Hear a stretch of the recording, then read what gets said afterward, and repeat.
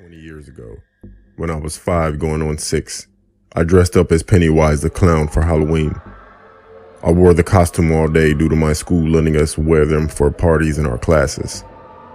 When we were dismissed from school, my father met me with a pleasant surprise. He was dressed in a yellow raincoat and had a hat on, and he was Georgie from the movie It. He held my hand as we went to the car, then we drove home. A few hours go by, and my father took me out to go trick-or-treating because my mother wasn't feeling too well. The night went on as scheduled, kids bombarding doors for candy, teenagers scaring each other, and parents losing their kids. Everyone loved our costumes. Again, I was Pennywise the Clown and he was Georgie from the 1990 It. My father held my hand in between each house and waited at the end of each driveway. One house took longer than others, and I remember that I was very anxious. Once I received my candy, I remember that there were more people than usual, and I had to run through a crowd to get to my father. I reached him, held his hand, and off we went, but it was the opposite direction of where we initially were going. I didn't think anything of it because of how young I was.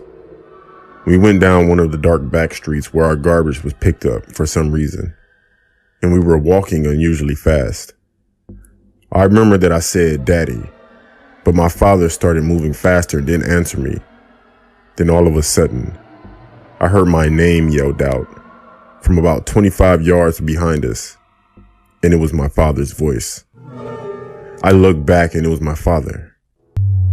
I looked up at the person that I was walking with, and he had on the same costume as my dad, but when I looked closer, I noticed it wasn't him. I looked at my dad and yelled out to him. The man then let me go, and as soon as he saw my father, he started running, and my father was running full speed at us. The man took off down the alley, then through a backyard. My father reached me and he was out of breath while he was hugging and kissing me, also asking me if I was okay. My father called the cops and explained to them that he lost track of me in a huge crowd at one of the houses and that there was some sick guy roaming our neighborhood. Once we got home, he told my mother everything that happened. He told her that a crowd gathered and some random guy with some costume the same as him walked up to him while I approached the porch. He told her that the guy said I was a cute kid. They wanted to just snatch me up in a joking manner. Then the crowd gathered even more, and he lost track of me until he saw us turn the corner onto the back street, and that's when he started to run after us and yell my name. Now looking back, I bet my father was losing his mind and probably wanted to kill that guy when he saw us together. Until this day, I'm grateful that my father found us when he did, because who knows what would have happened to me.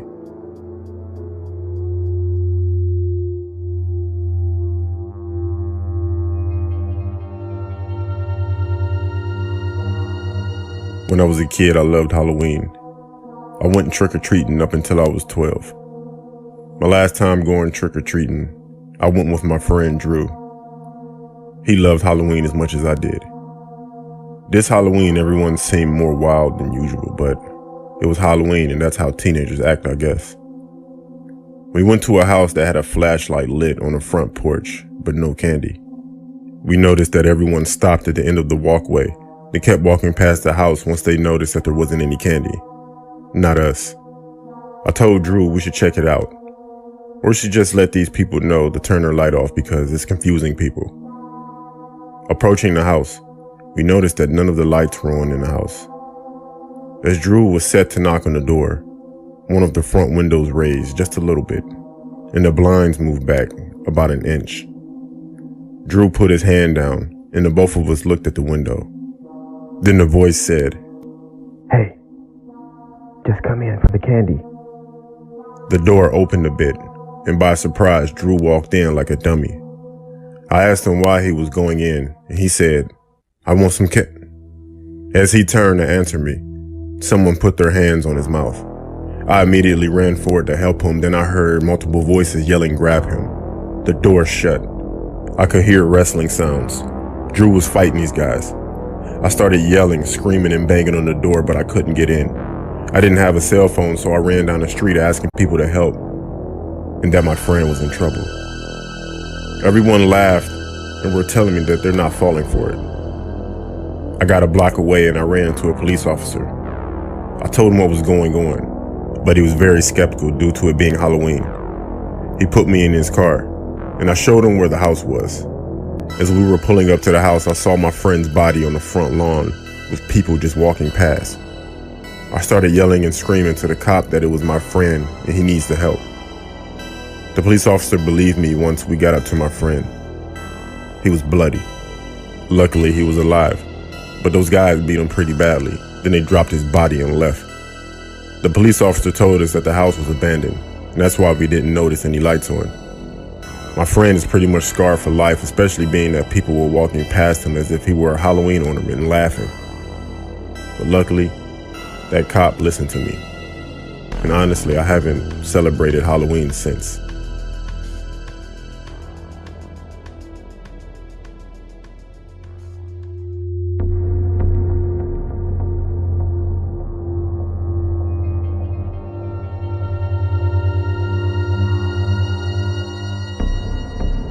This all happened 28 years ago, when I was 8 years old. My mother and my father would often take me to visit my grandparents for Halloween. My aunt lived 2 houses down from my grandparents, and I could go trick-or-treating with my cousins. Between my grandparents' place and my aunt's place, there was an old dilapidated house. We always skipped it when we went trick-or-treating Halloween night because the woman who lived there gave us the creeps. She was very big, like a huge woman. She was over 6 feet tall, and wore chains around her neck and heavy work boots. There was obviously something very wrong with her. Whenever we went back and forth between my aunt's place and my grandparents' place, we always had to run past the woman's house because she was always standing at her windows watching us. It was so creepy that we never dared to run past her house alone. Sometimes the big woman would be outside of her house watering the garden or scrubbing the windows. When we ran past, she would shout and yell at us. She would tell us that the devil was coming for us. We told the adults about her, but they just told us to leave her alone and stay away from her. One Halloween, we were going trick-or-treating with my other older cousins. They dared us to go to the big woman's house and knock on her door. I remember being so afraid, but I didn't want to look like a coward, so I agreed. Dressed in our Halloween costumes, we walked up to her driveway and rang the doorbell. Suddenly, there was a lot of banging and slamming noises coming from the house. We were frightened, and I was about to run away when the door creaked open. The woman was standing there in the dim light. She was holding something in her hands, but when we saw what it was, we all ran screaming down the driveway. It looked like a human head. When we got home, we were all shaking and out of breath. Some of the younger kids were crying. The adults asked us what was wrong, and when we told them what we had seen, they just laughed at us. And they didn't take it serious. My grandfather said it was just a Halloween prop, and my grandmother told us we shouldn't be bothering that woman. After we all calmed down, we went outside again and continued trick-or-treating. However, we stayed away from that big woman's house. About a month later, my father got a phone call from my grandparents. They said that the big woman who lived next door had attacked my aunt. My aunt had just came home from shopping. She was carrying her groceries in one arm, and she had my baby cousin in her other arm. Just as she got to her front door, the big woman appeared out of nowhere. She had a rope saw and put it around my aunt's neck. My aunt flipped out and immediately dropped the groceries along with my baby cousin. My aunt managed to get her hands around the rope saw. She started kicking her front door with her feet as she struggled. Her husband heard all of the commotion, and when he saw what was happening, he ran outside and got the woman off of my aunt. My aunt survived the attack, but it left her with scars on her hands, along with scars across the front of her neck. Of course, the police were called, and they arrested the big woman. When they searched her house, they found something that shocked everybody in the area. The woman had been digging tunnels under her home, which came up under my aunt's house, my grandparents' house, and another neighbor's house. She had been bringing the dirt up and putting it in her flower beds in her garden. But that wasn't all. The most chilling discovery was that she had also built some kind of shrine under her house with candles and other stuff on it. At the center of the shrine was a real human head. Needless to say, it was the same head that we saw when we went trick-or-treating on Halloween night. She had already murdered one woman. and my aunt almost became the next severed head in her collection. The night before Halloween of 2006, I was walking down the sidewalk to my friend's house. As I was making my way down the sidewalk, I saw something moving across the street a little ways in front of me. I wasn't too familiar with the Halloween movies at the time, but I did recognize the Michael Myers mask as I watched the figure walk into the front yard of a house that was on the other side of the street. It then stopped, looked in my direction, and then turned and kept walking across the front yard. I was more weirded out than afraid. I figured this guy had to have been someone who lived there and was playing a practical joke on someone. I continued to my friend's house and eventually forgot all about it. The next morning, I was waiting for the school bus to come to pick up me and my sister. It was still pretty early, and the morning fog was rising up from the grass, and the frost was slowly melting off the windshields of some nearby parked cars. I was just wandering up and down the sidewalk when I saw the Michael Myers guy again. This time he was directly across the road, standing between two garages and looking my way. I pointed him out to my sister, but he was standing so still that she assumed that he was some kind of Halloween decoration. I was tempted to call out to him, but I decided against it. And even in my 12-year-old mind, I felt genuine alarm that an adult could walk around with a mask on this early and stare at someone else's children. It wasn't until I was on the bus that the figure finally moved. I tried to point him out to my sister, but the bus was already moving, and he was out of sight. That night was Halloween, and my sister and I went out dressed as Ash and Misty, and my father accompanied us, occasionally saying, "Pikachu," in a really loud, squeaky voice when other people were close by to embarrass us. It wasn't until we were on our way home that I saw the Michael Myers guy again. He was walking down the side of the road behind us. Other people were walking by him without even reacting. I tried to point him out to my father, but he barely looked twice at the figure. When we got home, I watched from my bedroom as the figure stood outside our front lawn. He waited there for a few minutes before disappearing around the side of our house. Now I was starting to get nervous. I asked my dad if one of his friends was messing with us, and I begged him to take a look outside. But he came back a minute later with a completely carefree attitude, stating that there was no one there. Later that night, my sister crept into my room and whispered that there was someone outside of her bedroom window. Instead of calling out to my parents, who were both asleep, I grabbed my flashlight and followed her back to her room. I told her not to turn on any lights. When we got to the window, I turned on the flashlight and shone the beam directly into the face of Michael Myers, who was standing directly outside peering through the window. His hands were cupped against his eyes to help him see inside. When the light hit him, you would think that he would have bolted, but instead he remained motionless. He opened his hands and slapped the window hard enough to knock a framed picture off the wall. I screamed like I was being eaten by a shark. The figure then put his right index finger up to the lips of his mask, as if telling me to shush. He then vanished into the darkness. My father then burst into the room, and we both started crying as we told him what we saw. The cops were called, but they took their time getting there, obviously not very concerned that it was anything other than a Halloween prank. Had I not seen the stranger before that night, I may have believed that. The neighborhood was searched, but no one wearing a Michael Myers mask was found. A few weeks later, I had come down with a cold and was staying home from school. My sister waited alone at the bus stop that day. While she was there, someone tried to pull up next to her in a white van and tried to convince her to climb in. She sprinted back to the house and told my mom. I'm not sure if this connects to the man in the Michael Myers mask, but something tells me that it does.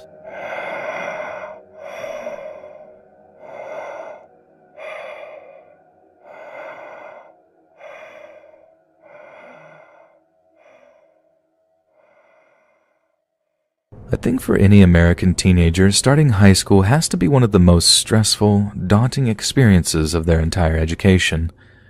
But for me, it was particularly rough. You see, I was a real late bloomer, still very much a squeaker by the time I got to be a freshman.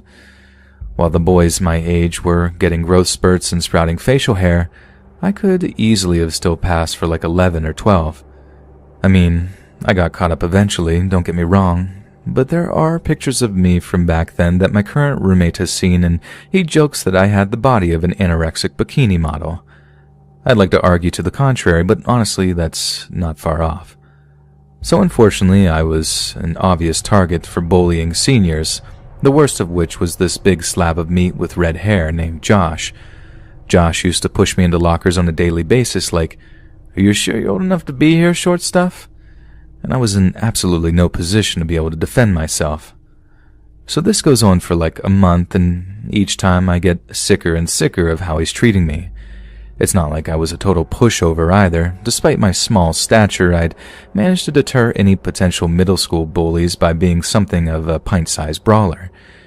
Even if you don't quite win a fight, you can still inflict a fair amount of damage, and after that, suddenly they don't want the smoke anymore. So it was honestly only a matter of time before I snapped at Josh. Sure, he was bigger than me, but I was about perfectly positioned to nail one good punch to the balls, and after that, there was little chance he'd want to lay hands on me again. Anyway, it's getting closer and closer to Halloween, and some of the bullying is getting pretty intense, and I said each time something happens, I get more and more furious. Up until the point where, on the morning of Halloween, me and my friends are talking about going trick-or-treating that evening, swapping costume ideas and stuff, when Josh appears like out of nowhere and starts verbally pounding on us about how we're such a bunch of nerds. I think it was how he was trying to show me up in front of my friends that really did it. I just couldn't stand the thought of losing face in front of them, so I clapped back with like, "Yeah, but your mom loves it when I dress up for her." Josh just stops dead, like this blank expression on his face. My buddies are all laughing like, "Got him," and I'm half expecting Josh to start trying to pummel on me, but he doesn't move. He just stares off into the near distance for like a full minute while I look back at him in confusion. Then, without a word in reply, Josh just storms off without so much as looking at us, but before he disappears around a corner, he full-on throws a right hook into a locker so hard he put a dent in the thing. Just like boom, punches it so loud a teacher comes out from a class, screaming and asking what was that. It felt kinda good knowing I'd gotten him so mad, even if I probably would end up suffering for it. But just how much I'd suffer for it, I had absolutely no idea. So cut to like an hour or two later, and we're all having lunch, sitting around the tables just minding our own business. One by one, seniors start coming up to our table like, "Did you really say that stuff to Josh about his mom?" And when I say yes, they're all like, "Wow, dude. Just, wow." Walking away, shaking their heads and laughing. This happens like a bunch of times too, and at first I think they're just impressed that I flamed the bully so hard, but there's something else there too. Something that kinda piqued my curiosity. So, in the end, when this one senior kid asks what I'd said, I stopped and was like, "Why is that such a big deal? Guy had it coming." "Yeah, but you brought up his mom," the kid replied, like it wasn't what kids always bring up against each other when they're trading insults. I'm like, "So what? Yo mama jokes are like old news by now." The kid then looks at me like I just told him I thought the earth was flat. "Dude, Josh's mom died over summer break. Sudden cancer diagnosis or something. It was brutal." It's hard to even sum up the mix of emotions I felt in that moment. Like I felt like a douche. Bully or no bully, losing your mom like that must be one of the worst things that can ever happen to a person, and to remind him of it made me feel terrible. Then, having not known, that just made me feel so out of the loop, just like an outsider or something, like I had no place being there, which was already bad enough considering my physique. But what really overwhelmed me was the fear I felt, knowing I'd made him so unbelievably furious. The locker punch suddenly made all the sense in the world. and I imagine the kind of revenge I'd personally want if someone made fun of my dead mom like that. Suddenly a few crotch punches didn't seem like such an effective deterrent. Josh would be wanting to tear me apart. I managed to duck him for the rest of the day. For a while I was actually debating whether or not I should actually just bite the bullet and apologize to him. A little empathy might have been good for all involved, and it's not like I would be doing so just to save my own skin, like I genuinely felt bad about having said what I said. But I guess I was just too cowardly to actually seek him out, and doing so seemed like a dumb move on my part when it would just be easier to ninja around school and bail when the final bell rang, which is exactly what I did. Then just headed home in the hopes that a little trick-or-treating fun would be exactly what I needed to take my mind off the whole thing.